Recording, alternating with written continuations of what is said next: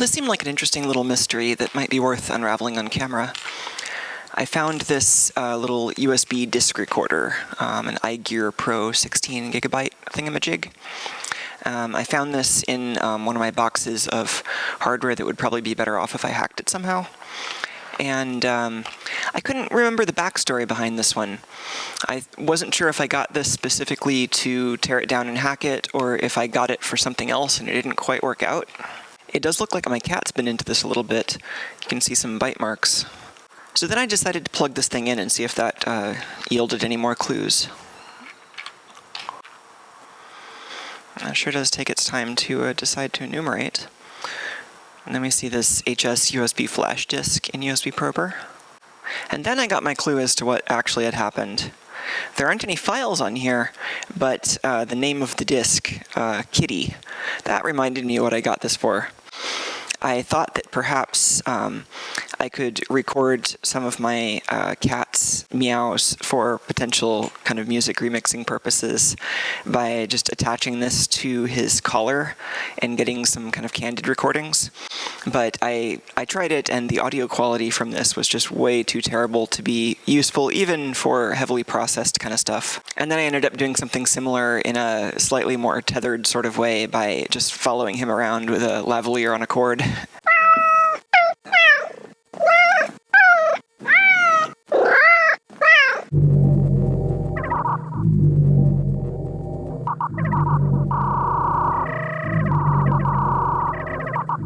So I guess it's got some kind of utility here to set the time, presumably.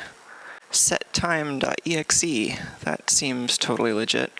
Alright, here we are on Windows, and my kind of old copy of IDA, but it's what I have handy.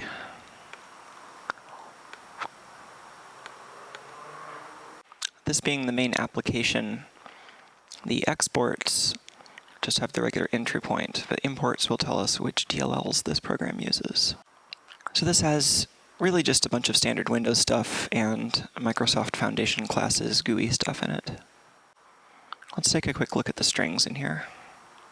Wow, this is pretty bare bones. But yeah, clearly the next step is to take a look at what this hardware.dll is doing, since that seems to have the interesting parts in it. Let's look for the function that uses these error strings.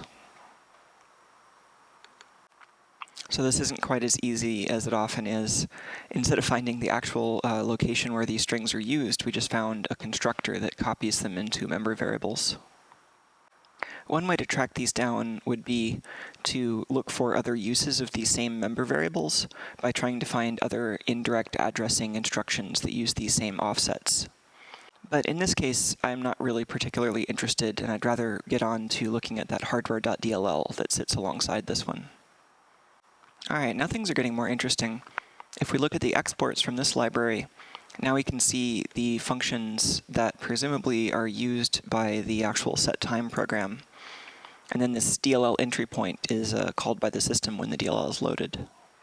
So looking at the imports for this hardware DLL might be the fastest way to get a clue for how this communicates with the actual USB device. And since this is plugged in and being used as a USB storage device, we're looking for something a little bit weird. This isn't necessarily going to be communicating to a USB device directly. It's probably going to be communicating to some other level in the driver stack, so either the file system or the SCSI driver.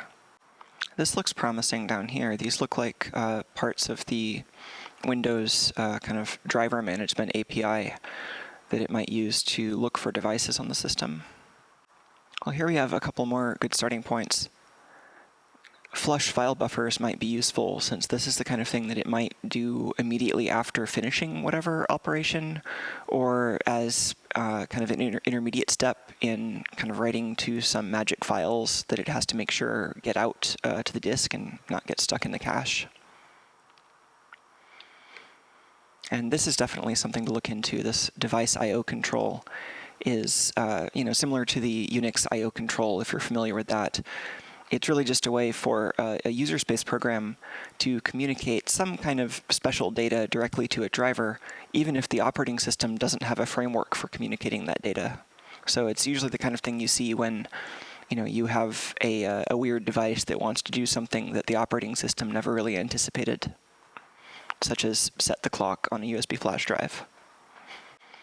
Wow, it turns out there are a lot of other functions in here that call device I/O control, so perhaps this isn't the easiest place to start. Let's just take a look at one of these. So we don't actually know what this device is necessarily, but we might be able to find out if we look up this I/O control code that, somewhat uniquely identifies the operation that we're asking the driver to perform. This is defined by the individual driver. The drivers tend to make this a little bit unique by, setting their own 8-bit code here. Yeah, what do you know? That's M. I wonder what M is. Yeah, somebody has this handy site that just references all the Windows I/O control codes. Great. I was hoping something like that existed. So we have 4D004 here. SCSI pass-through. So this tells us what's going on. It's not communicating with the device at the USB level or at the file system level, but right in between at the SCSI level. So these SCSI commands would normally be things like read or write a low-level block on the disk, so one of the little 512-byte blocks that makes up the low-level storage that your file system is built on top of. In this case, this is a way for an application to just ask the driver to send an arbitrary SCSI command directly to the device. I suspect this hardware.dll is actually capable of doing a lot more than just setting the time. So if we want to run this program, and I'm still not entirely sure we do, but it's probably fine, then we could probably just take a look at the USB traffic that it's causing and get an idea of what the kind of minimal commands necessary to set the time would be. But this DLL has a lot of other stuff in it, and it's quite possible that this code has clues as to other commands that might be interesting. A lot of this seems to be related to the process of just finding these USB devices. USB store is the name of the kernel driver that handles the USB storage protocol. That's interesting. It does look like it uses WinUSB for something. WinUSB is a relatively recent API in Windows for communicating with USB devices from user space without having to write a special kernel driver. It's sort of like libUSB on other operating systems. The fact that this seems to have code in it that uses WinUSB would indicate that maybe sometimes this device isn't pretending to be a flash drive, and sometimes it's just some other kind of USB device. My best bet for that is firmware updates. And it's quite possible that a lot of the extra code in here that wouldn't be exercised for setting the clock is being used for some kind of firmware updating facility. So the user interface on this thing is quite minimal. I think that might be somewhat intentional. I think at least part of their target market is people who want to discreetly record audio. So on one side there isn't much other than the logo and this little hole, which looks like the kind of thing you'd find a microphone under. Then on this side you have another port. This one's actually labeled mic. And then there's this tiny slide switch with record and stop positions. And it's quite dim, but you can occasionally see a little bit of red LED light coming out of that porthole as well. That light is on when this is plugged into USB, presumably to indicate that it's charging. If we unplug it, I think that goes out. Yeah. So I think now this thing should be off, or in the process of trying to be off in some way. So now the idea is you can carry this around or whatever. And if you turn this slide switch on, then at some point it starts recording. So I don't know what the delay is, if any. So now I just noticed a little bit of red light again. I assumed that red light meant that it started, but when I plugged in the drive after stopping it, I'm just greeted with this empty disk. So let's try that again.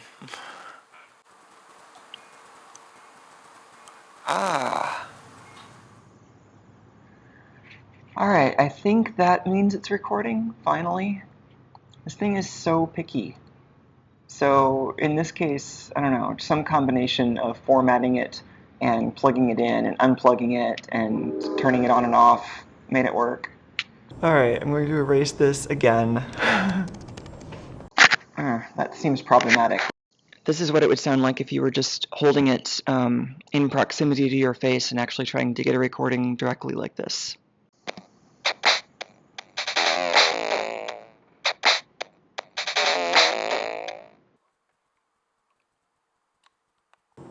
Alright, we have a directory.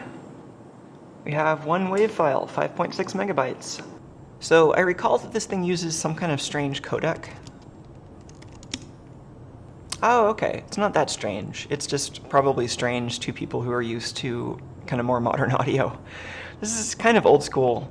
ADPCM stands for Adaptive Differential Pulse Code Modulation. And so that's a bit of a mouthful, but PCM is basically kind of regular digital audio pulse code modulation, where you have a digital number representing each kind of amplitude step in the waveform. But then the adaptive differential part is a particular kind of compression scheme that got kind of popular among early telecom equipment. And it really just has to do with using a much smaller binary number, so typically 4 bits instead of 16 bits per sample, and then encoding it in a nonlinear way. And you know, it's kind of regarded as like telephone quality audio these days, which is pretty disparaging given the state of telephones. You'll also note the sample rate is pretty low. It's only 16 kilohertz, which is also more of like a telecom sample rate than, you know, like high quality audio. So I think we've left this thing in one piece for too long. Let's take this thing apart and see what makes it go. So I would actually expect to find some kind of general purpose microcontroller in here with a USB interface and a big 16 gig flash chip attached to it. And if I were designing something like this, I might use, you know, some kind of ARM Cortex chip, maybe an STM32. The particular choice of microcontroller might give us some clues about what parts the designers of this might have been familiar with. It looks like this is just glued shut. Alright, so often with these cases that are glued together, if you give it just the right amount of pressure, edgeways like this, you can get the case to split open without actually damaging any of the components inside. And I'm also going to hold this because the board is likely to fly apart if this does open. So I'm already seeing a crack open up on the side. Oh, that was easy. Whoops. There's the tiny LiPo. Well, we know this battery is at least a little bit good, since we did a little bit of recording off of it.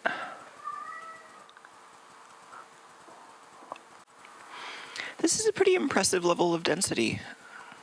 Like, it's really not every day you see a USB thumb drive with a battery in it. It's got a single LiPo cell in it. Looks like it was manufactured about at the same time I bought this last year, in March. There's a closer view of the backside of the board under where the battery was seated. I don't know if the solder mask is intended to be a protective measure or just to kind of indicate where the battery goes. That's kind of nice.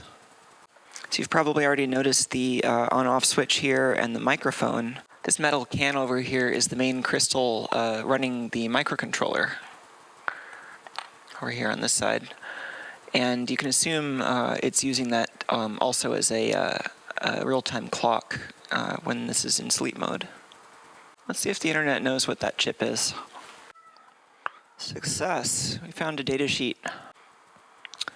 ATJ331X is a third-generation, single-chip, highly integrated digital music system solution for devices dedicating to audio players, etc. It includes an audio decoder with embedded RAM and ROM. It's interesting. ADPCM record capabilities, which I'm sure they're using here. Got USB, bunch of I/O, including SPDIF, microphone input. And they're proud of their WMA support. This also includes an on-chip DC to DC converter, which could explain why they don't seem to have a lot of circuitry on there dealing with the LiPo battery.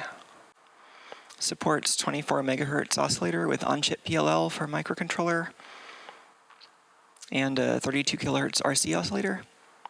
I don't see any markings on that crystal. I guess if we really want to know what the frequency is, we'll have to measure it. It is a little easier to see how this operates with the case off.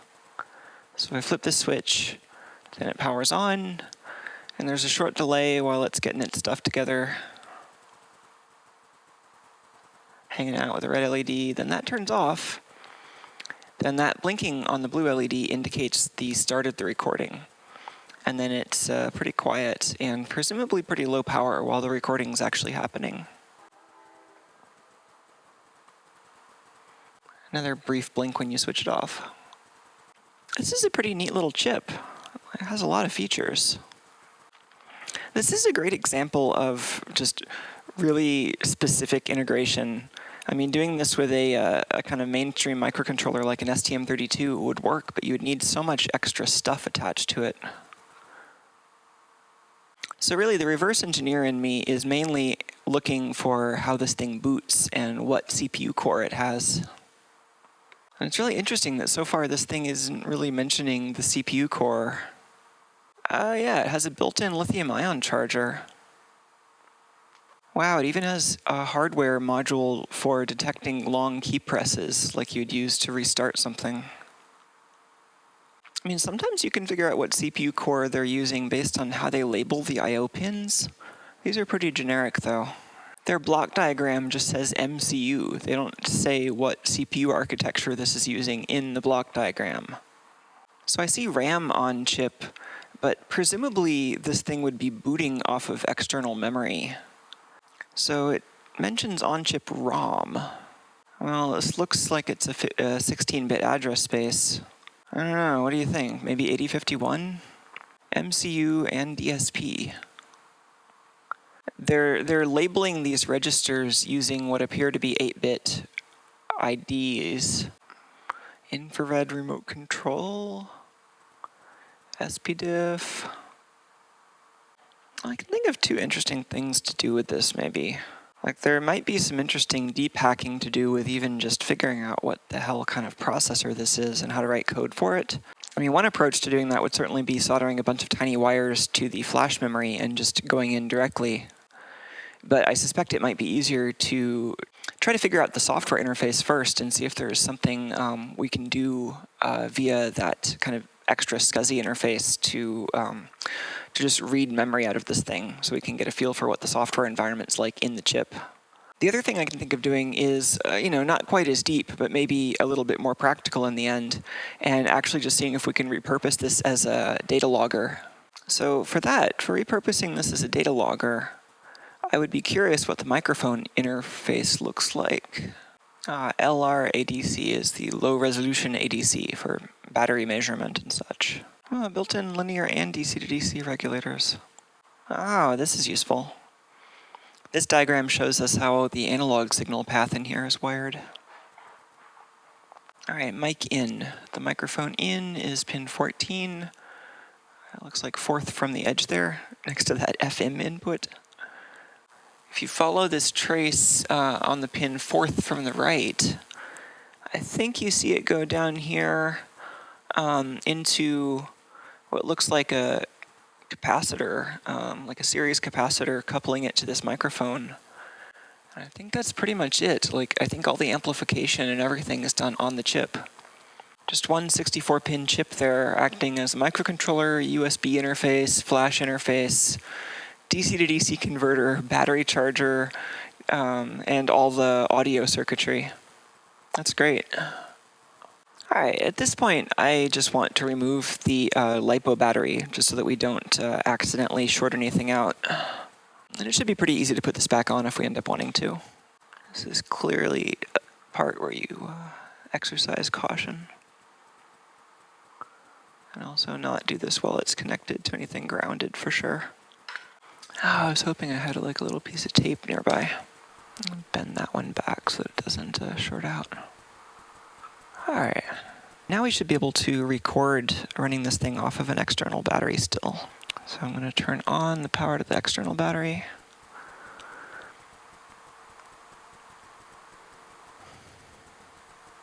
Well, it looks like this thing just doesn't want to record when it's running off of USB power. Or at least I assume it isn't recording if this doesn't switch to the blue light. So I guess to make this thing record while I'm testing, I'll need to power it externally. Alright, that should be a nicer way to power this thing while we're messing with it.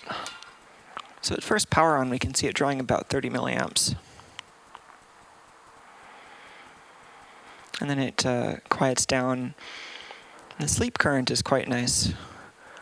At least if this is to be believed, about 70 microamps.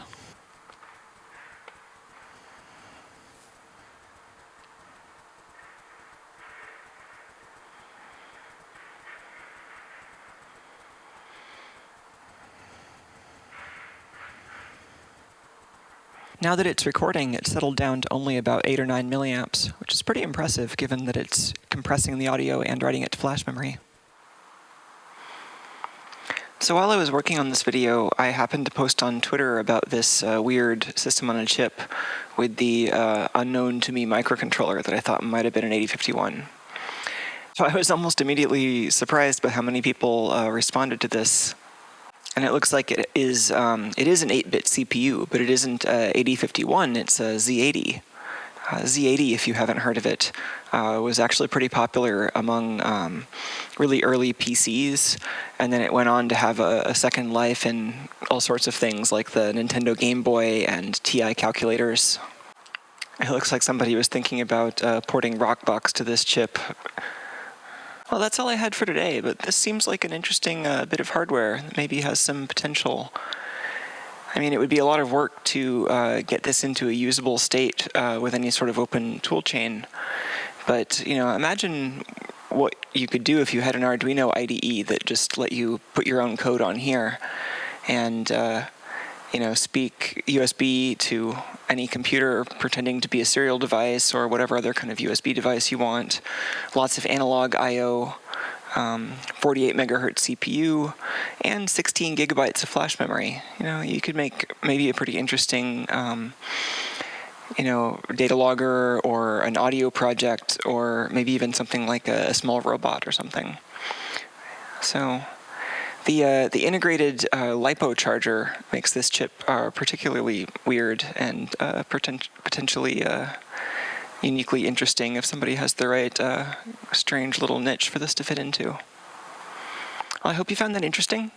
If you have any ideas for how this might be interesting to hack further, then please let me know in the comments, and I'll try to respond to everything. And if there's anything interesting and feasible, I'd love to make a video about it. And if you like this, totally check out some of my other videos and subscribe, and you'll be the first to know when I post something new. Thanks, have a great time, and keep hacking.